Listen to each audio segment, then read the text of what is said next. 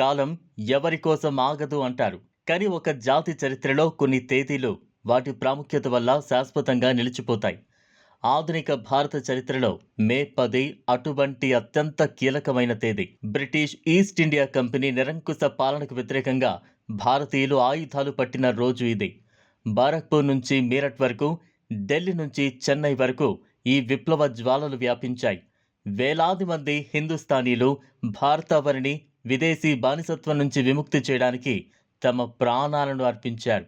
వినాయక్ దామోదర్ సావర్కర్ అభివర్ణించినట్లుగా ఈ భారత ప్రథమ స్వాతంత్ర సంగ్రామం 1947 ఆగస్టు 15 నాటి స్వాతంత్రానికి పునాది వేసింది.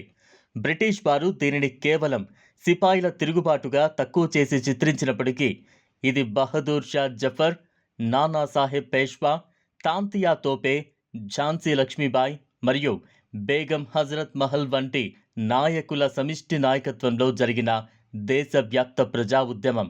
ఇక్కడ హిందువులు, ముస్లింలు మతాలకు అతీతంగా హిందుస్థానీలుగా పోరాడారు. ఈ ఐక్యతను అప్పటి బ్రిటిష్ చరిత్రకారులు సైతం అంగీకరించారు.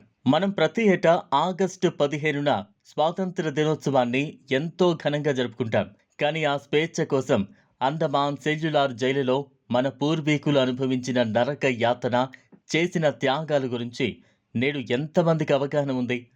నేటి తరం పిల్లలకు పాశ్చాత్య సంస్కృతి మరియు ఆహారపు అలవాట్లపై ఉన్న ఆసక్తి 1857 మే 10న జరిగిన చారిత్రాత్మక సంఘటనలపై లేదు.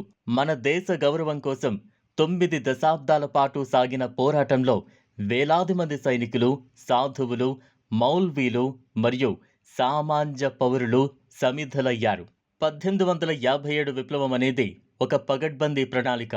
నిజానికి ఇది మే 31న ప్రారంభం కావాల్సి ఉంది.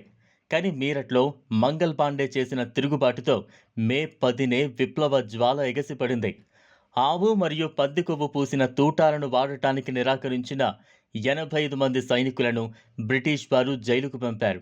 దీనికి నిరసనగా ప్రజలు మరియు సైనికులు ఏకమై బ్రిటిష్ అధికారులపై దాడి చేశారు. ఈ సంఘటన బ్రిటిష్ వారిని వణికించింది. ఈ పోరాటాన్ని కేవలం తిరుగుబాటుగా కాకుండా ప్రథమ స్వాతంత్ర సంగ్రామంగా ప్రపంచానికి చాటి చెప్పిన ఘనత వీర సావర్కర్కే దక్కుతుంది. ఆయన లండన్లోని బ్రిటిష్ రికార్డులను పరిశీలించి రాసిన గ్రంథం ఎందరో విప్లవకారులకు స్ఫూర్తినిచ్చింది. నేతాజీ సుభాష్ చంద్రబోస్ ఇచ్చిన ఢిల్లీ చలో నినాదం వాస్తవానికి 1857 మే 10న మీరట్ సైనికులు ఇచ్చింది. అందుకే నేతాజీ అండమాన్ దీవులకు షహీద్ స్వరాజ్ అని నామకరణం చేసి ఆనాటి అమరవీరులకు నివాళులర్పించారు. మన దేశం దాదాపు 1000 ఏళ్ల పాటు బానిసత్వంలో ఉంది. రాణా ప్రతాప్, శివాజీ, గురు గోవింద్ సింగ్ వంటి వీరులు చేసిన పోరాటాల స్ఫూర్తితో 1857లో మొదలైన ఈ మహోద్యమం 1947లో ముగిసింది. మన రేపటి కోసం తమ నేటిని త్యాగం చేసిన ఆ అసంఖ్యాక వీరుల త్యాగాలను స్మరించుకోవడం ప్రతి భారతీయుడి బాధ్యత.